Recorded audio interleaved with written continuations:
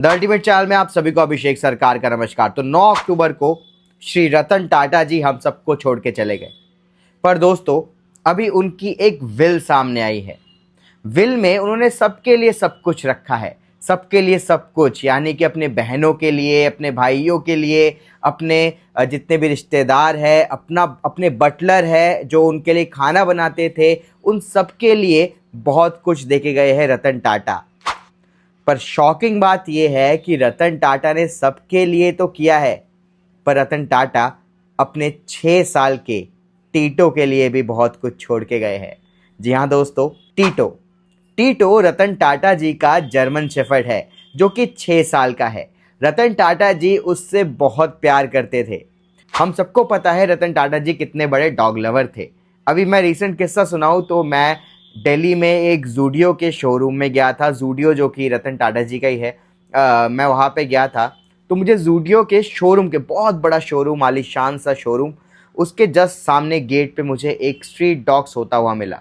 कोई उसको भगा भी नहीं रहा था, बिल्कुल ही आराम से, चैन से, बस एसी की हवा खाते हुए स्ट्रीट डॉग सो रहा था।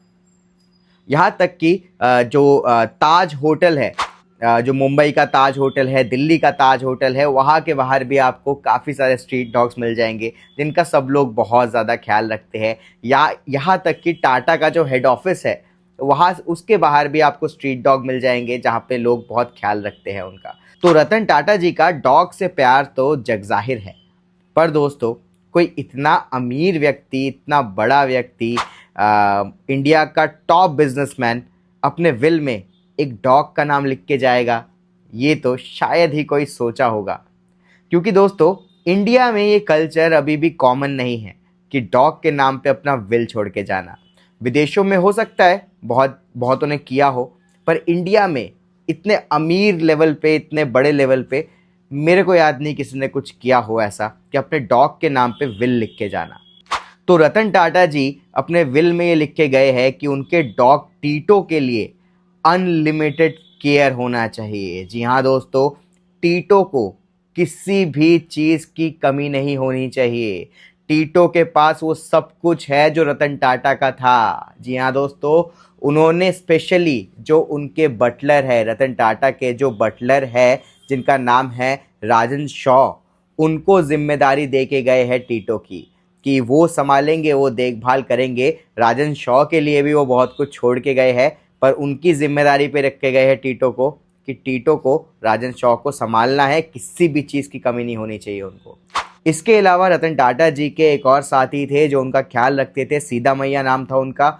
उनके लिए भी वो विल में बहुत कुछ छोड़ के गए हैं, पर इंस्ट्रक्शन उनके लिए भी है कि टीटो को कुछ नहीं होना चाहिए, टीटो का ख्याल रखना चाहिए। शांतनु नायडू जो कि उनके असिस्टेंट थे रतन टाटा जी के, उनके दोस्त बोल सकते हो, यंग दोस्त बोल सकते हो, उनके लिए भी बहुत कुछ छोड़ के गए हैं। उनकी कंपनी है एक गुड फेलोज बोल के, उसके लिए बहुत कुछ छोड़ के गए हैं। शांतनु नायडू का जो एजुकेशन लोन है वो भी माफ़ कर दिया है रतन टाटा जी ने। और शांतनु नायडू जो कि डॉग्स के लिए बहुत काम करते हैं, उनको भी ये जिम्मेदारी देके गए हैं कि रतन टाटा जी का जो एनिमल हॉस्पिटल बनाने का काम है, डॉग्स के लिए वेलफेयर का काम है, वो रुकना नहीं चाहिए। उसकी जिम्मेदारी मिली है शांतनु नायडू को कि अब रतन टाटा जो एनिमल्स के लिए काम करते थे, अब वो शांतनु नायडू करेंगे। शांतनु नायडू के लिए विल में लिख के गए हैं रतन टाटा जी।